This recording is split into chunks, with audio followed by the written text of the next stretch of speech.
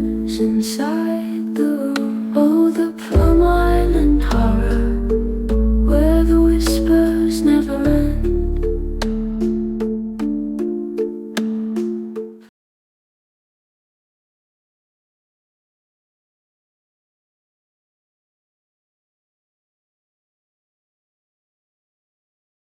Hey everybody, it's Doug here. Welcome back to the channel. Welcome back to episode 2, our first gameplay episode of the Plum Island Horror.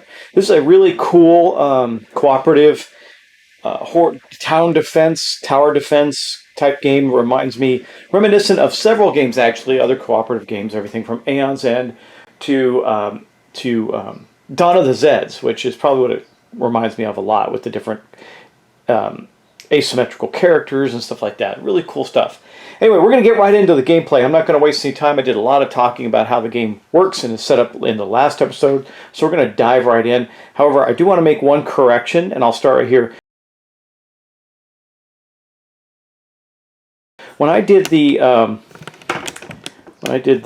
setup for the first contact, I actually did it right the first time. I was drawing cards, and I looked at I had to draw an extra card to see which way the zombies went, and then when I drew that card I went, oh wait, I'm supposed to do that, but that wasn't true. So anyway, they did end up coming through this area right here and taking down Tyra's tax service. So Tyra's tax service group of people, valued at 1, was killed. Now there's a couple things that happened from that, so we're going to go over that real quick.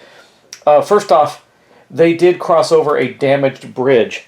Now, damaged bridge, you can't go across them. There's only 2 ways you can go across them. Someone can do a repair action on the bridge, or the zombie horde can come through and force their way through, unblocking the damage. So this was a 2 damage bridge, which goes to nothing because these horrors went through it. So they went boom boom to here, which means that they also lost 2 units, which is awesome.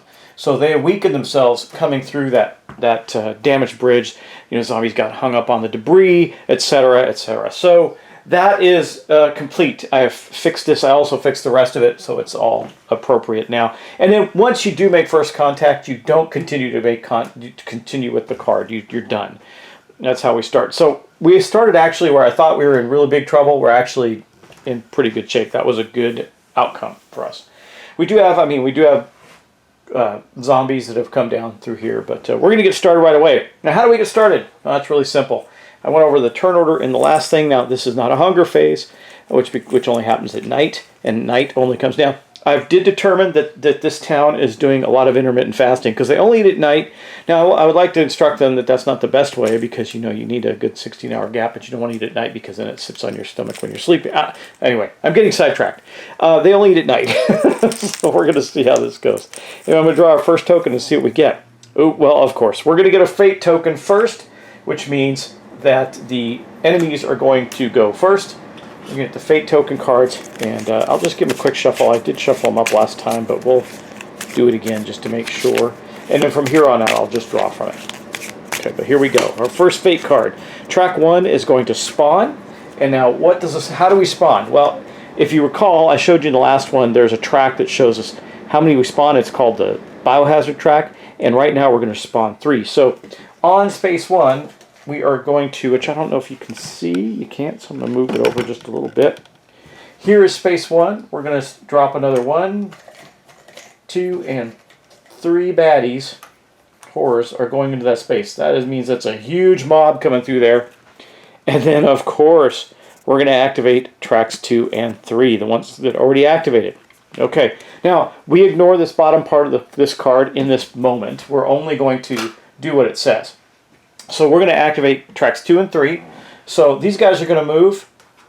They're going to go here and immediately kill 2 more. Oh, one thing I forgot to do before the last part of the correction, just to make sure you understand. I had to take one of these yellow cubes when they killed that civilian and put it in the bag. I'm about to have to do that again. And the reason being is because they're going to go into combat. Now, normally you don't resolve combat immediately. Find the tokens. You put a combat token on there to say that you are about to go into combat with them because you resolve things in a certain manner. So we'll put that there. But they are going to die, basically. And that means these guys are going to stop there. However, that track 3 also activated. Remember, they're going to move 3. So they're going to go 1, No damage or anything here. They're going to come in here, and they're immediately going to have a conflict, combat with Ed, whatever his name is. Let me see. I probably say it better clearly. Ed Cramden. I mean, these are basically, like I said, all pop culture references, so you'll probably figure out what that is. So we're going to get another combat token, and we're going to put it right here. And that is the end of the activation. So now we're going to resolve the combats. I mean, we're already kind of in not the best state, right? It kind of feels like you're under pressure. And these two groups are going to go, 3 and a 1. That's bad. So the Partridge family, oh no, the Partridge family has been killed. Oh, that's so bad. And the Latimer Pest Control team is gone. Now, what's interesting is you think that, well, they're just names, they don't mean anything. But I saw, sometimes you see things in events and stuff that matter. It's really interesting. But because that was a close combat, or considered a close combat, and actually I didn't kill both of them, I killed one of them. Because the combat stack there is 4, right? Yeah, it's still 4, which means they're only going to do 1 damage. So there's still a civilian there. Obviously, it's going to be the Pest Control Service that dies. I do get to choose that. So the Partridge family is there, but we are going to drop in a cube. So I got to remember that damage is not like you don't just kill all the civilians in an area like some other games, right? You could do damage, and a stack of 4 in a building only does 1. Now, if this had happened here in this forest, they do 2.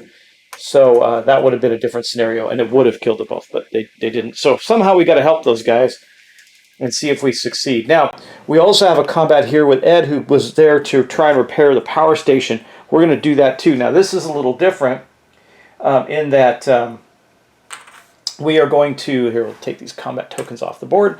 We're going to have a hand-to-hand combat. Now, this is still going to result in us putting another yellow cube in the bag. Look how fast they go. That's crazy, right? But it does mean we get to do combat with this enemy. That stack has 2 in it, which means they're going to do 1 damage. It's at the best they can do. Remember, it's a certain amount of damage depending on the unit size. A unit of 2, no matter where they're at, is only going to do 1 damage. So if he can defend himself, he won't take any. Hopefully he does that. Let's do a combat. And now it's time to take a look at Ed Cramden here. He's the bus driver, right? And he has a special ability. It says buses. Units may pick up and drop off any player or civilian's unit, not the compound itself, during its vehicular move action only. Only 1 unit can be carried at a time, but any number can be picked up and dropped off during the move.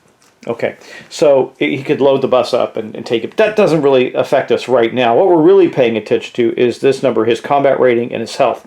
So he has a combat rating of 2, which means he's going to get to roll 2 dice.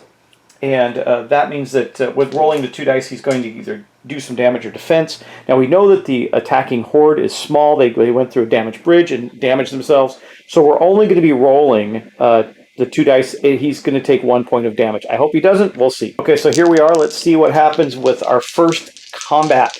See if we get lucky. Oh, we did, and not at the same time. This is a half heart. What does that mean? Absolutely nothing. What does this mean? He defended himself and took no damage. That's great. We did no damage. He did no damage. So what does that mean for us, though? It does mean that we did have another hand-to-hand combat. We're going to have to get into some range combat to take these guys out, so that stops happening. We already put 3 cubes in this bag. Crazy, right? But it is what it is. All right, that is actually, these activations can be a little beefy. That is the end of our first activation. Ed successfully defended himself against the horde, but there is still a horde there, so that is not wonderful.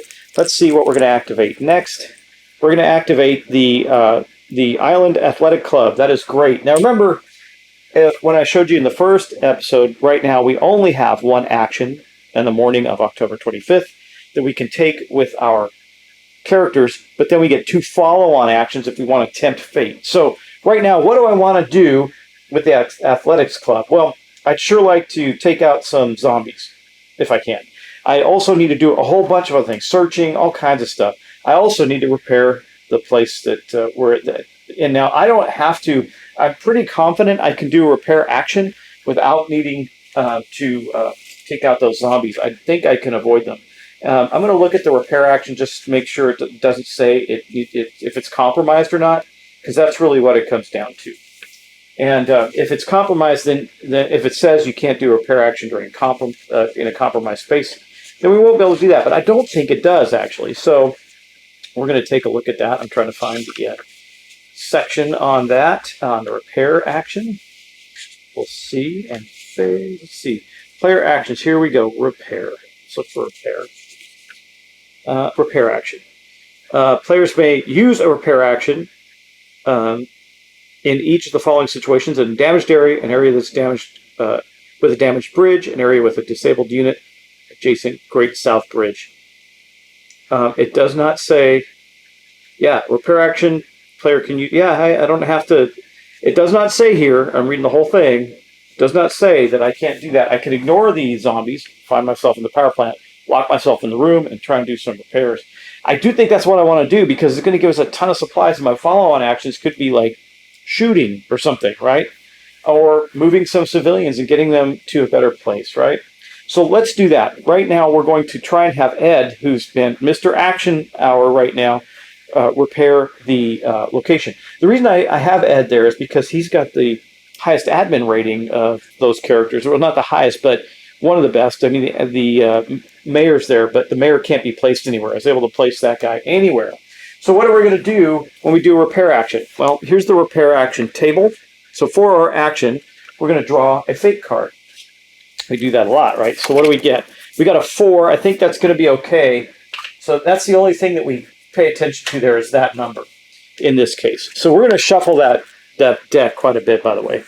For you got skills. For a damaged area or bridge, remove damage markers equal to your admin rating of the unit. For a disabled unit, flip it to its regular operational side. Okay, so we got, there was 3 damage. Whoa, hold on. There's 5 damage there. Why is that? Did it double? How did I end up with 5 damage there? I don't remember. I'll have to go look, but it does look like there's 5 damage. Oh, the bridge, right? The bridge is damaged. But the power plant only has 3. So all 3 damage come off the power plant because of his ability to do that. And then this flips over, and we're going to get 5 supplies for each of our people. That's a one-time thing, but I'll take it because supplies are very, very valuable. So 5 supplies. Now we got 2s, 2, 4, and 1. We got 2, 4, 1 here for the Islander Golf Club. Now remember, it is for both factions. They do get that. I did check that to be sure because it's not very clear in the rules. But yeah, we got. There's actually 5s and 10s in there. We don't want those. We got enough supplies to do some cool stuff now. So we got 2, 4, 6, 7, 1 more for these guys. We're good. There we go. Okay, so we got lots of supplies, 7 supplies for each group now. Unfortunately, that's the only action we get to take with them. We could do the follow-on actions now. The question is, do I want to? And I think I do. I think so.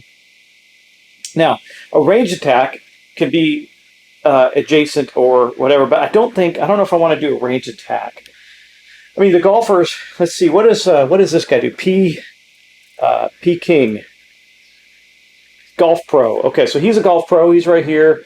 Let's see what he does. 4. Okay, this ability is called 4, and it basically says this unit may conduct a ranged combat attack only against horrors. There's up to 2 adjacent areas away, +1 to ranged combat rating if the target is only 1 adjacent away. Well, they're not. They're 2 away, but I think we're going to do that because if I move him and attack, that's 2. That's both of our follow-on actions. He's right here. You can attack in either direction. These guys are 2 away. I think he's going to do it. I mean, he might kill one of them, right? He might kill both of them. We can see. But he's going to take that option. That does, however, cost a supply to do that. Remember, when we do ranged combat, we use supplies.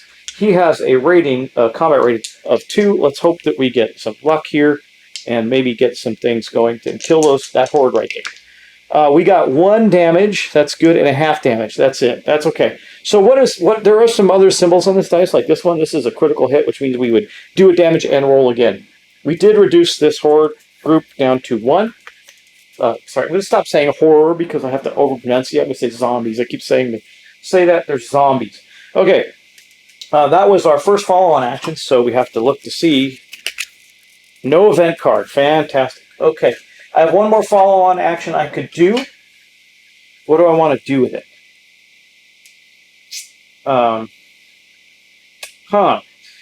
There's so many different things you could do. It's crazy. I could... you know what we should do is some searching, maybe. Let me show you this guy. This is Ralph Norland. He's a sanitation. He works for the sanitation department. He's actually really good in a fight, but he's got the right tools. When doing a repair action, oh man, see, he's the guy that should be doing repair actions. But what I want to do with him, I think, is do a search action there, or we got supplies right now, so I think a search action might be the best way to go. He's way down in the corner. I'll show you this. Here he is. Now you can see that there's several symbols around on this space right here. They do everything from, there's a helipad there, there's the ability to search, and there's the ability to forage. This also means that if he takes an action there, he can reduce our biohazards tracked by a number, depending on how that works out. But I do think that he is going to do a search action. That means we're going to get some cool search stuff. Let's go check that out. So that's what we're going to do with our next follow-on action. Our guy in the dump down there, that's the town dump, is going to search through the garbage to see if we can find something useful. You know, something I forgot to do at the beginning of the turn is I do have to remember this just because it could be very important, is we get this adrenaline action at the beginning where we can move our units, their foot spaces, right?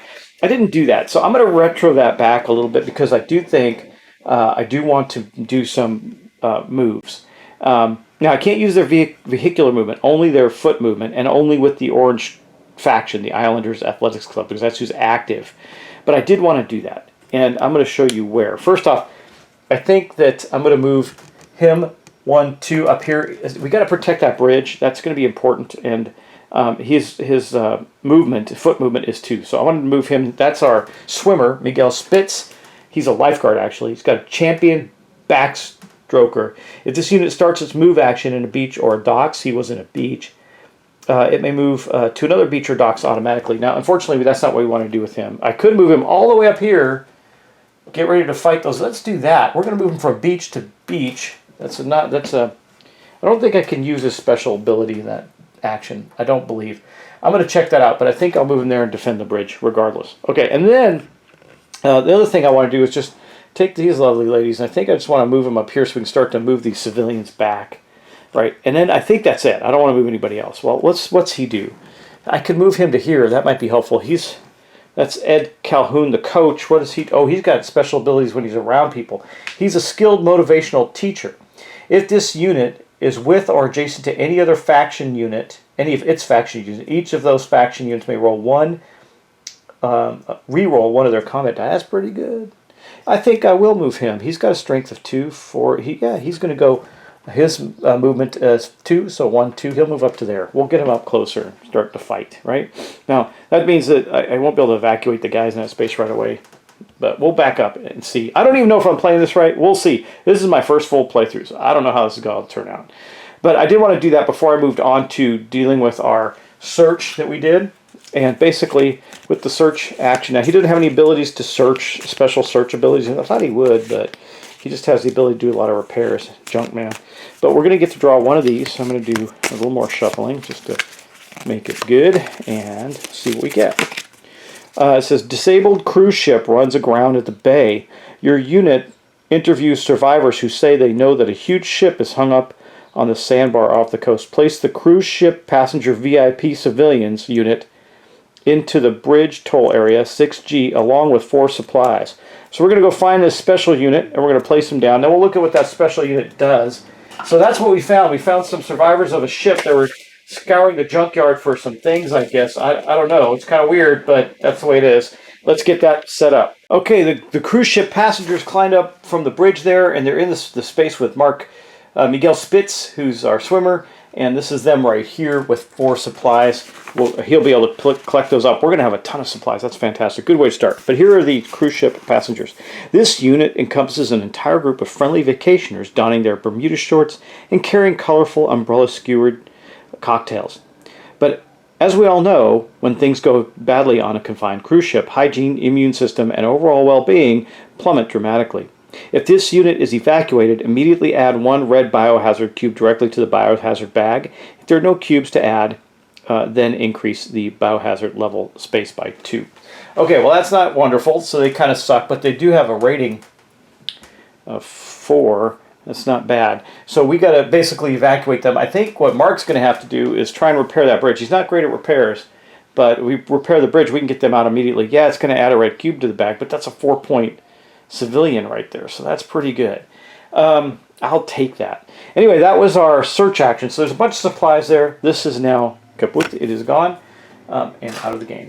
So that was our second follow-on action. So you know what we have to do. We have to see if we get a draw an event card. Bummer. We're gonna have to draw an event card. That sucks. Okay, well we'll do that right now and see what happens. This is the event deck. We're gonna shuffle it up, see what terrible things happen. I'm glad we got those. That's cool. There's some really fun elements of this game. Like that's one of them. Like these civilians climb up on shore from a cruise ship, but they're destroyed their immune system being on this cruise ship in unhygienic conditions, and as a result are uncool. And so that's interesting, really funny. But here's our event. These are never good, by the way. Look, okay, we're gonna get right off the bat. We're gonna spawn one of these clowns. Bigfoot lives. Spawn the infected Sasquatch mutant standee in Pine Barrens area 5B. If Jim Boo Boo K VIP civilian unit is on the map, he's not. Or evacuated, he's not. He manages to get a dart into the beast. The mutation standee spawns 1 hit cube already on it. We don't have that. But our guy Bigfoot is on the board now. Now where does he go? Let's get his standee out. This is him. He does have a special ability. We'll take a look at it real quick. Unaffected or infected Sasquatch. He's got a combat rating of 3, a movement of 2, and 4 health. Need a little thing for him, a little standee thing for him, and he's going to go in, let's review that space again. He's going in space 5B, so 5B is going to be the Pine Barrens Forest, right way the heck up there, if you can see it, he's up here. Now let's go take a look and see what the Sasquatch actually does. Now, y'all, I'm only on my second token. That's why I'm saying this game is pretty beefy, right? Anyway, here he is. Rough Hide. This unit will remove 2 hits during the mutation step. So he's tougher. We got to kill him outright when we attack him. We just got to get him done, which means we need somebody pretty powerful. That might be Ed Hare Ed. He's got a combat of 2. No, who's got a better combat? Oh, Johnny Deere, the guy that rides the John Deere tractor. He's got a combat factor of 3 and some special abilities on his riding lawnmower. We also have the fire marshal. He's got a axe with him. He's got a combat rating of 4. Maybe we use him. We'll see. We'll see. We haven't activated. It doesn't really matter. But that's what happens. When we activate that track, he will, in fact, activate. So that is not good. But we haven't added anything new to the deck. Let's see. It's time. Okay, that was it. That was it. So we're going to draw our 3rd token now. Let's see what happens. It is going to be a fate token, which means you're going to draw a fate card and see what happens. Track 4. Oh, good. Okay, that's not the one with the Sasquatch. Track 4 will spawn, and then we're going to have a surge, and we'll do that right after. So let's do this. First off, 3 tokens are spawning on track 4. 1, 2, and 3. And I don't know if you can see track 4. Let's get to the top here. They're going to be right here. So there's another mega stack coming here. And then it says surge. This is a special card. Draw a fate number. Activate the track number equaling the drawn fate number 2 times. So whatever we draw here is going to activate, track 1 is going to activate twice. Okay, so that could be bad for us, could be good, we'll see. Let's go to track 1 and take a look. Track 1 is right here. Big giant stack of guys, right? So they're going to go 1. Now remember that they're so huge, they're only moving 1, I think, right? How many are in this stack? 1, 2, 3, 4, 5, 6, 7. A stack of 7 movement is going to be 1 area. But they said they're going to activate twice, so they're going to move in here. Now, they are going to do enough. There's going to be a combat, but that's all that we have to do. So we're just going to take this out and say, Wiley Brothers Bar and Grill team is gone, and they are a 1. That's not bad. We haven't evacuated a single civilian yet, but we've lost a ton. And that does count, again, as a hand-to-hand combat. So we're putting yet another green or yellow cube into our bag.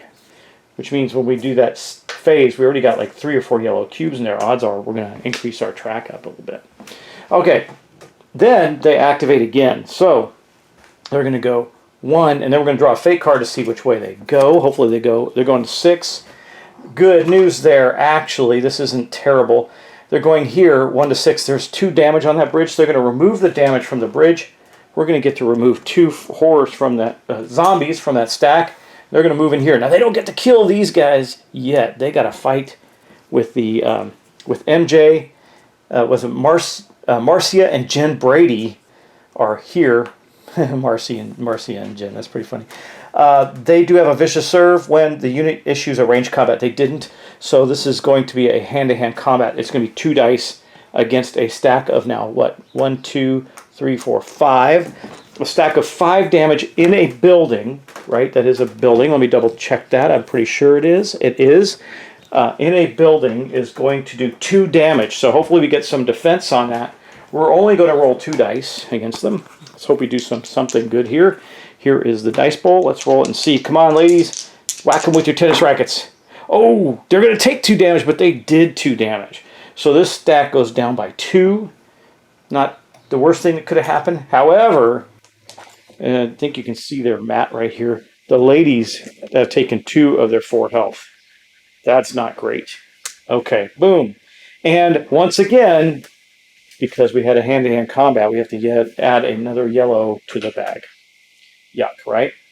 All right, but good news is there's only 1 more fate token left in the bag. However, there's a doom token, which would draw an event. So let's go back to our bag. That was it. Let's go a little faster as I'm getting more used to the rounds and stuff. So let's see what we get.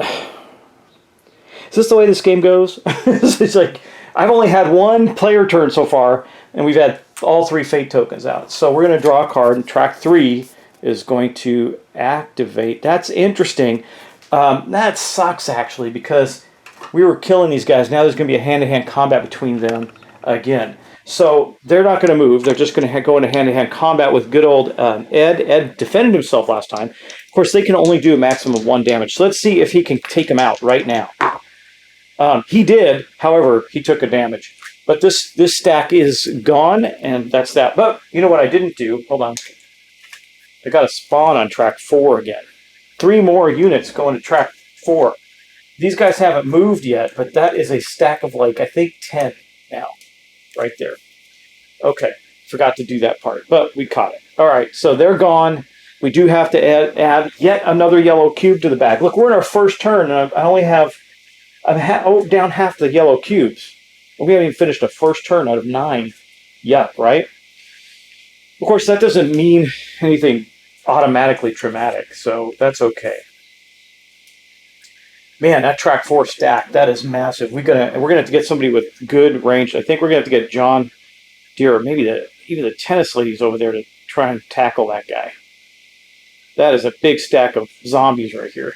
Massive horde building up. They haven't come into the town yet, but they only move 1. That's good because they're so big.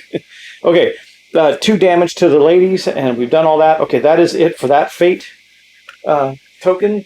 Now, good news is there are no more freight tokens in here, so it's going to be all players and maybe the Doom token. We'll see how lucky we get. Okay, we're going to activate the Beach Club again, the Islanders Athletic Club, so that's not terrible. Now, again, I only get 1 action, then 2 follow-on actions. The ladies are great at ranged combat, but I think what we're going to do, if I activate track 1 again, they're going to be in trouble, because they already took 2 damage. Now, they can only take 1 more, so maybe this is okay. I was thinking about doing an action to move those civilians back. Get them out of harm's way. That might be worth doing. Then I got 4 over here. I can move back and move them back again. Start heading them toward an evacuation spot, right? Maybe? Or do I repair the bridge with Spitz? Spitz has got a admin of 3, that wouldn't be too bad. That would repair the bridge, right? No, it's got 4, so I have to do really well to repair the bridge in 1 turn. But if I repair that bridge, I can start getting civilians towards that bridge and get them out of there. Might be worth doing. Like I said, there's a lot of things to do. Remember, the goal, though, is to get to 26 points and survive till round 9. So, okay. Now, I know that I will not be activating the athletic club again this round, because this is their second activation. They only get 2. So I want to make sure I do make the right move here. I mean, I think if they fight again, they're going to win. I don't know. The repairing the bridge seems like an important thing. That's an evacuation spot, and there's a lot of civilians I could end up moving that direction. As long as I can defend that side of the board okay, we can get people over there. Yeah, I think I'm going to do that. So I think that what we're going to do is Spitz is going to take a repair action and see what we get. Okay, committed, done. 2. That's not good. Oh my gosh, what's a 2? What's a 2 in the repair action thing do for us? Let's see. Got our handy dandy cheat sheet here. A 2, repairs underway. For a damaged area or bridge area, reduce the damage value by 1. For a disabled unit, spend 1 supply. Okay, so we're just going to get 1 damage off of there. That means we're going to take one of these 2 damage tokens. This is where it starts reminding me of Dawn of the Zeds. We're going to flip it to 1. He is repairing the bridge, but he's not doing a great job.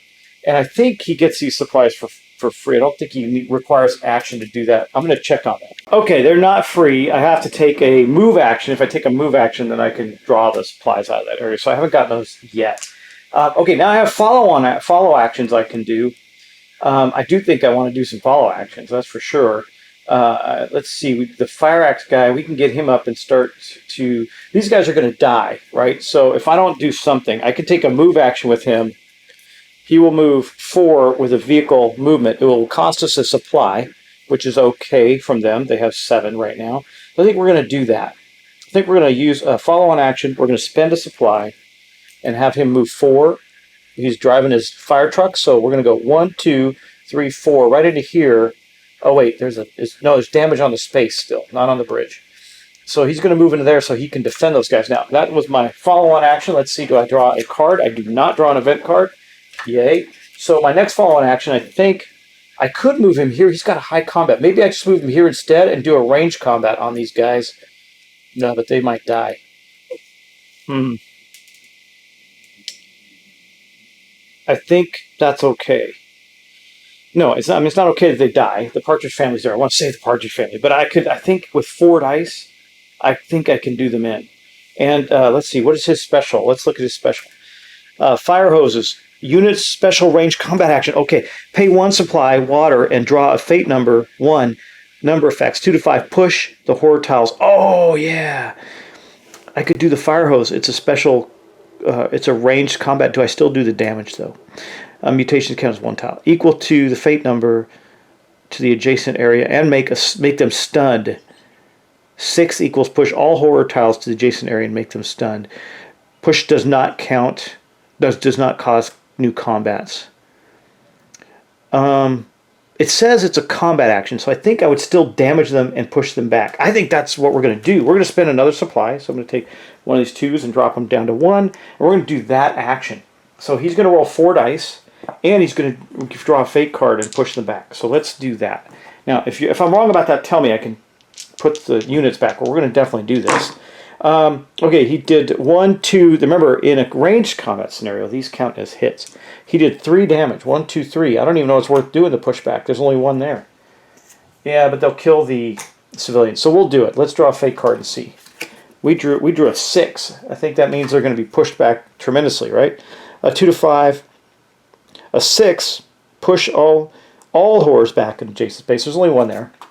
And then we're going to place a stunned token on him. Let me get a stunned token out. So many little tokens and things that we do in this game. But again, it's super fun.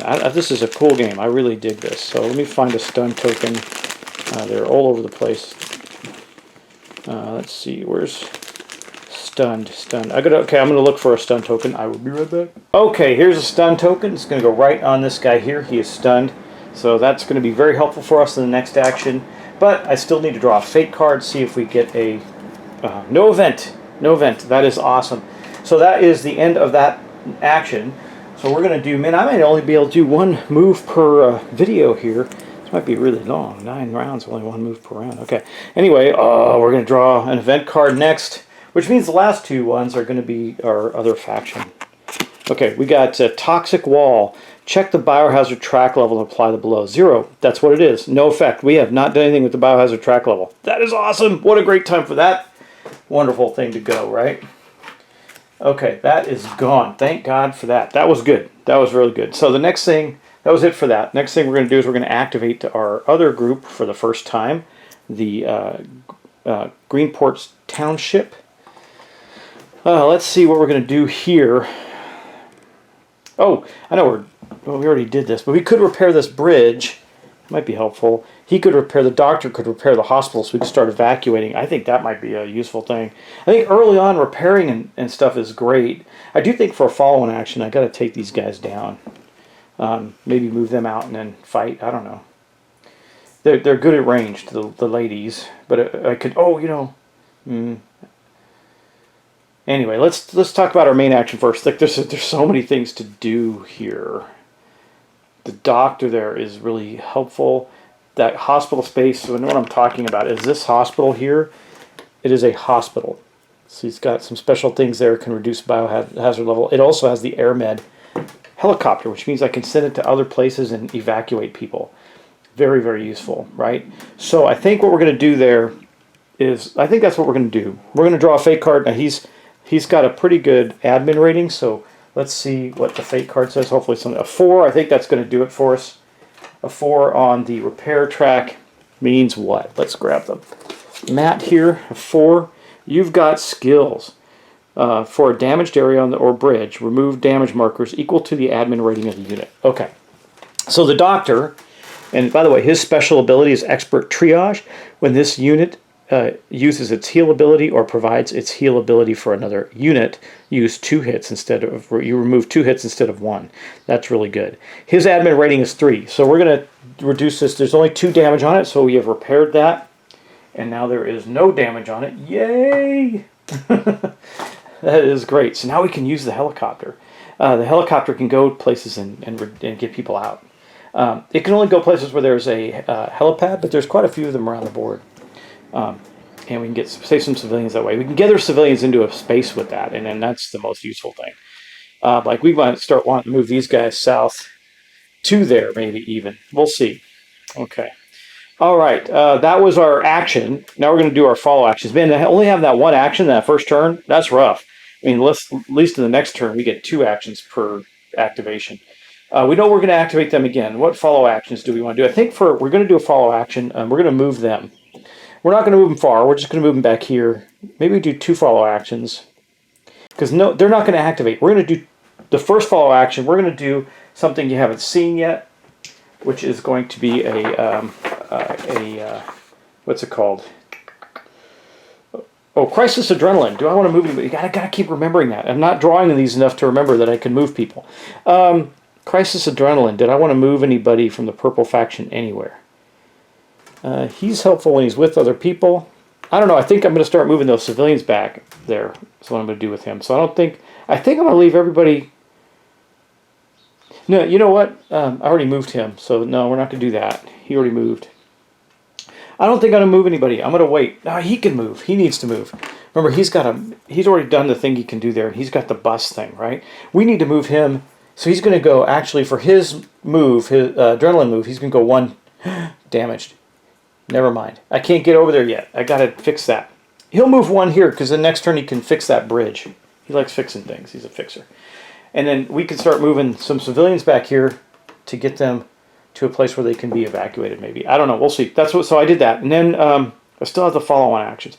I think we're going to do... I told you what we're going to do, actually. We're going to do something. I don't know if this is good or bad. I really don't. Hopefully it's worthwhile. But we're going to do the action... I don't remember all the action names, but the one where we move civilians. What's it called? It is going to be a something action. Evacuate. No, not evacuate. I can't evacuate them there. I can only move them. It's not an evacuate. A crowd control action. There we go.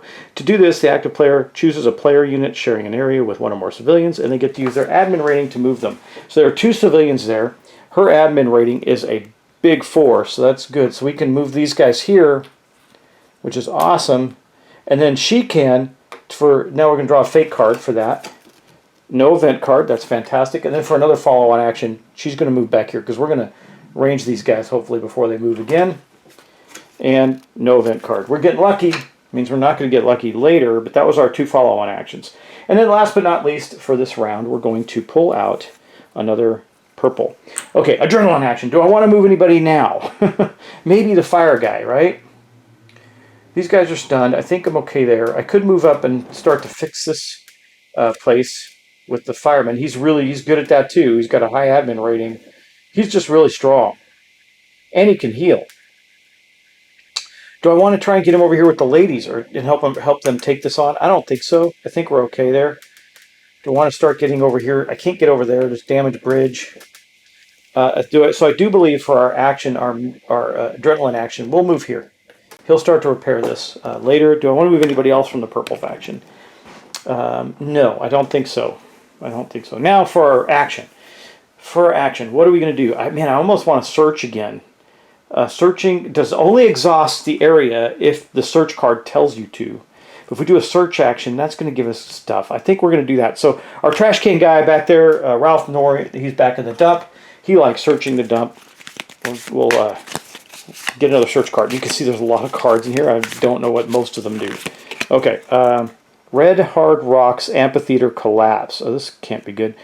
Your unit comes upon the Red Hard Rocks Amphitheater, where a concert was scheduled featuring the rising country music star Brad Babin Brooks. Okay, fans, roadies, and the star himself are trapped inside the clubhouse, and the parking lot vendor is already wrecked. Check your unit's admin rating. Okay, he's got a 2 admin rating. The unit's attempts to rescue people has mostly failed if it's a 2. But your people do find some groupies and salvage a food truck. Place 1 random civilian unit and 1 supply in this area. If I had a 3 to 4, it would have been better. This then exhausts this area. So we're going to get, 1 random civilian unit. So let me pull a random civilian unit. We're going to pull the negative Nancy photos people. That's going to go in the dump there. And then along with that, what else did it say we're going to do? We're going to then also 2 supplies. Okay, 2 supplies in that space. That is great. We all like our supplies. There's 2 supplies going in there. And then I need to exhaust that space with an exhaust token. Let me find one of those. Tokens everywhere. Here's an exhausted location token. First time you've seen one. And we're going to exhaust this location. We cannot do another action there until that clears. That clears at the night phase, by the way. I believe. I'll check that. It might clear after every round, but I don't think so. That was our main action. Now we got our follow-on actions. I do know that one of the follow-on actions I want to do is have them attack. Now that's going to cost them a supply. We're going to get some new supplies. It's okay. So it's going to cost them a supply. But here's the good news for them. While they have a combat rating of 3, it says they have vicious serve. When this unit issues a ranged combat attack, any critical hits result in 2 damage. So we haven't seen a critical hit. Hopefully we do in this time. Because we're going to attack this unit and see if we can get it done. All right, let's do this. Our first follow action is going to be really successful, right? No. A whopping 1 hit. But it's okay. We don't use any... we don't gain another yellow cube in there. That was really weak. I wish we had some rerolls. Then we're going to see if we draw no event card. Yay. We got 1 more follow-on action if we want to do it. I might just do that again. No, they can take another attack. Most they could take is 1 damage. And we want to get the civilians out. Maybe my follow-on action is to escort those 4 civilians back 1 space to the barbecue restaurant here. If I can get them to there, the AirMed place can lift them out. That would be really good. Okay. I think we can only move them 1 space, but I think that's worth it. That's 4 civilian units right there. That is really worth it. Crowd control. So 1 unit. Yeah, civilians that are moved using this action will move on a connected. Yeah, I got that part. Civilians in there. Okay, got that. Number of those civilians units. Admin rating. Okay, so we're going to move all 4 of them 1 space here. She does not move. She's telling them to move across the bridge there, across bridge 7, which was not damaged. So we are okay. And they have moved, and then I have to draw another fake card. No event! Yay! And guess what? We have completed our first full turn. Now, with we've been pretty lucky with our following actions. We think we drew 1 fake card. Bigfoot came out, whatever. It's okay. That may have come from the Doom token, but we have drawn 2 event cards so far. And we got quite a few things in the back. So we're going to wrap up the round at the end phase. We're going to do that, and then we'll end this episode. So you can tell me, this is my first full play of this, so I'm going to make mistakes. As you can tell, there's a heck of a lot going on. But at the end phase, we replenish location steps, night round only. So yeah, we're not going to replenish the dump. It is right now kaput. Then there were mutation regeneration. So if Bigfoot was damaged, he'd regenerate 2, but he's not. He's the only one out there. Then we go to the biohazard infection. We draw 1. Of course, it's yellow. And 1 green. Okay, so those go back in the bag. And then the last thing we're going to do with that yellow is bump our biohazard track up by only 1. So that's not terrible right now. We're okay. But at some point, we're going to have all these cubes in the bag, and it's going to offset the yellow cubes that we have in our biohazard bag. So hopefully not. But anyway, round 1 done of this crazy zombie apocalypse style, tower defense style amalgamation of many rules and asymmetrical characters game that's actually really well done. Nothing seems crazy out of balance or anything like that, though. Again, my first full playthrough, I don't know how that will go. That may not be true, but it seems really compact right now in the sense that we're going to be able to get a lot done and have some fun with it, and it's not going to be like so out of whack crazy with the rules, because there's so much. You always wonder when somebody puts out a game, by the way, I'm putting the tokens back in the bag for next round. You always wonder when someone makes a game of this like, not complexity, the rules aren't necessarily complex, but with this much variation and variability, you saw how big the decks are, right? Well, if that can skew the game or make the game weird, we'll find out. I don't know. But to end the episode, we're going to move the game round track to game round 2. And my OCD's getting me a little bit here. We'll get rid of that thing there. Okay, game round 2, and we have 2 actions in that round when we draw our factions. That is great. You can see in the night round we're going to have 3, but we're also going to have some additional movement from the bad guys. And we will be working to see what happens in the afternoon of October 25th. 2024. I don't know. We'll see. We're not there yet. We're looking into the future. But hopefully the town of Plum Island, or the city of Plum Island, or whatever it is, can survive, and our factions will live through it. We only have 1 unit with damage on them so far. That's fantastic. Track's only gone up 1. We haven't evacuated anybody yet, but we're getting close to being able to do that. That's going to be meaningful. And I'm pretty excited about the fact we're going to be able to evacuate a bunch of people. There is a stacking limit of players, but not like civilians in an area. You can stack a bunch in there. You know what I could have done with those 4 civilians? They wouldn't count to the end of the game, but I could have built a stronghold for the orange faction somewhere and then just dump those civilians in there. But the problem with that is when you have civilians in your stronghold, you have to also feed them. So if I evacuate them, that's better off. They're then gone from the game. We don't have to worry about them, and they count as points. We've got lots of families to get evacuated. We're getting a couple close to the airport. We'll see if that works out for us. All right. Also, if you have any strategy tips, let me know. This is my first playthrough of this, and I don't know if I'm playing it well or not. I think I survived a round. That's great. We have a terrible, huge zombie horde coming down track 4. That's going to be rough. But we'll see. Anyway, thanks for watching. Thanks for subscribing. I really appreciate you coming and spending time with me and watching these games. I hope you enjoy this one. This one's pretty fun, I think. It's a neat one. And I'll talk to you in the next episode. Take care. Bye-bye.